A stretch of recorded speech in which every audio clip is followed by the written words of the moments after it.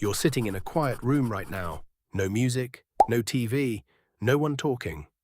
Just silence. Hmm. And something about it feels Hmm. uncomfortable. Your skin prickles. Your mind starts racing. You check your phone for no reason. You clear your throat. You shift in your seat. But the real question is, why? Why does pure, total silence make you so uneasy? The answer has nothing to do with boredom, and everything to do with what your brain was built to do. Your brain is a prediction machine. That's not a metaphor, that is literally its primary job. Every second of every day, your brain is running simulations. It's guessing what's about to happen next, the sound of a door closing, the sight of a person walking toward you, the feeling of your next heartbeat.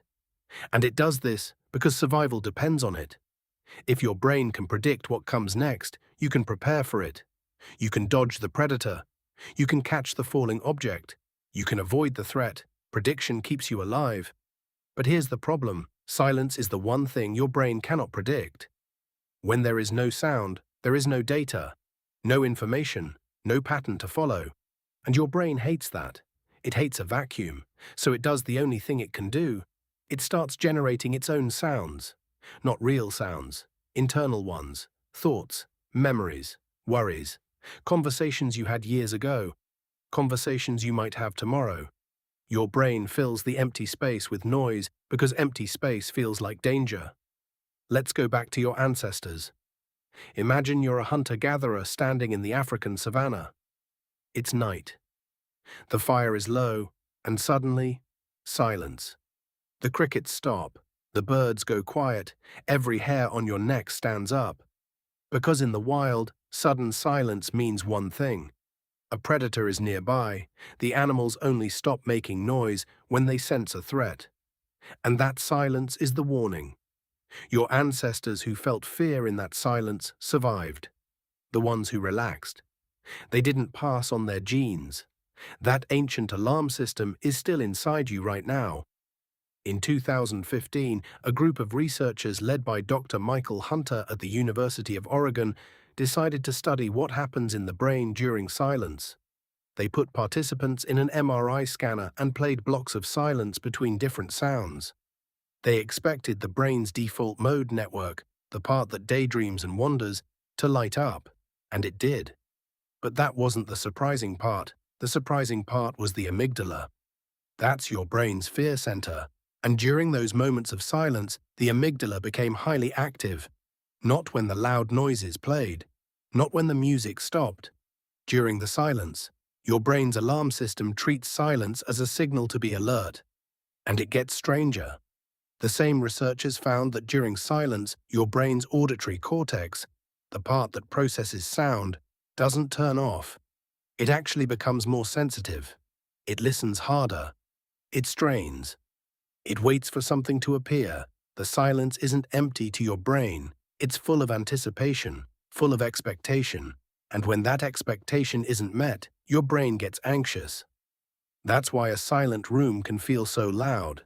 It's not the silence itself. It's your brain screaming into the void. Dr. Daniel Levitin, a neuroscientist at McGill University, wrote a book called The Organized Mind. In it, he talks about something called the default mode network. This is the part of your brain that activates when you're not focused on anything external. When you're just sitting, wandering, thinking. And here's the problem. The default mode network is also where your brain processes regret, and fear, and self-criticism. When there's no external sound to occupy your attention, your brain turns inward. And what does it find? Everything you've been avoiding. That awkward conversation. That mistake at work. That thing you said 5 years ago that still makes you cringe. Silence doesn't just feel empty, it feels exposing. In 2013, Dr. Lian Hing and her team at the University of Toronto ran a series of experiments on something called aversive silence.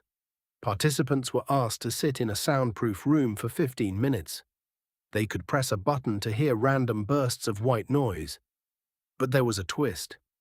Some participants were told they'd hear unpleasant sounds, electric shocks, loud static. Others were told they'd hear pleasant sounds, their favorite music. But the results were the same. Almost everyone pressed the button, even when the button delivered a shock. They chose actual physical discomfort over the psychological discomfort of silence. Because silence doesn't just make you anxious, it makes you desperate. Here's the counterintuitive twist. Silence itself is not dangerous. In fact, silence can be incredibly healing. Dr. Bernhard Rensch, a biologist, studied the brains of animals and discovered that silence actually allows your brain to regenerate. It's during moments of quiet that your brain creates new connections. It integrates memories. It solves problems. Some of your best ideas don't come when you're working. They come in the shower, or on a walk, or in the middle of the night. They come during silence, but your brain has tricked you into fearing the very thing that helps you think. That's the irony. You've spent your entire life filling the silence. Podcasts on the drive to work, music while you exercise, Netflix while you eat, background noise while you sleep. You think you're entertaining yourself, but you're actually protecting yourself. Protecting yourself from the uncomfortable conversations inside your own head. And you're not alone. Dr. Timothy Wilson, a psychologist at the University of Virginia, ran a study in 2014. Participants were asked to sit alone in a room for 15 minutes with no devices, no books, no distractions. They could only think, but they also had the option to give themselves an electric shock, a literal physical shock, and 67% of men chose to shock themselves. 25% of women did the same. They couldn't stand 15 minutes with their own thoughts. But wait, that's not the whole picture. Because your brain doesn't just fear silence, it's also fascinated by it. Think about the most intense moments in your life: a beautiful sunset, a cathedral at midnight, the moment you first saw the ocean. What do all those moments have in common? Silence, or near silence. Your brain goes quiet when it experiences awe. It stops predicting, it stops worrying, it just is. That's what silence can do when you're not running from it. It connects you to the present moment in a way that sound never can. Dr. Justin Feinstein, a clinical neuropsychologist, studied patients with damage to their amygdala, people who literally couldn't feel fear. And he found something fascinating. When these patients sat in silence, they didn't feel anxious. They felt calm. They felt peaceful. Because without the amygdala firing, silence wasn't a threat. It was just silence. That tells us something crucial. Your fear of silence isn't built into the world, it's built into your brain. And that means, with practice, you can unbuild it. So what do? You start small, 30 seconds of silence before you check your phone in the morning, 1 minute of quiet while you're brushing your teeth, 5 minutes with no music on your drive home. You don't have to meditate, you don't have to chant, you just have to sit. And let your brain settle. At first, your mind will race, it will scream, it will beg for input. That's normal, that's the withdrawal. But if you stay, something shifts. The noise starts to fade, and behind it, you discover something you've been missing your entire life. A calm that was always there, hidden beneath the static. Think about your ancestors again. When they sat in silence, they weren't being attacked. Most of the time, the silence meant safety. It meant the predator had passed.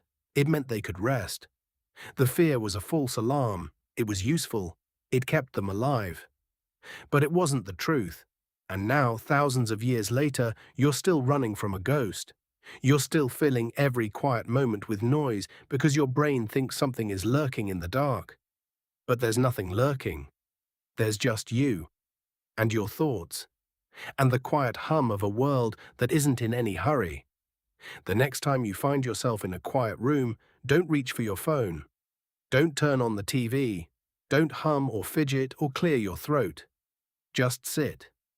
Let your brain squirm, let it panic, and then let it settle, because that's where the real insight lives, not in the noise, in the space between, in the silence you've been avoiding your whole life. You're sitting in a quiet room right now, no music, no TV, no one talking, just silence. And for the first time, maybe that feels less like a threat and more like a door. Thanks for watching this video. Don't forget to like and subscribe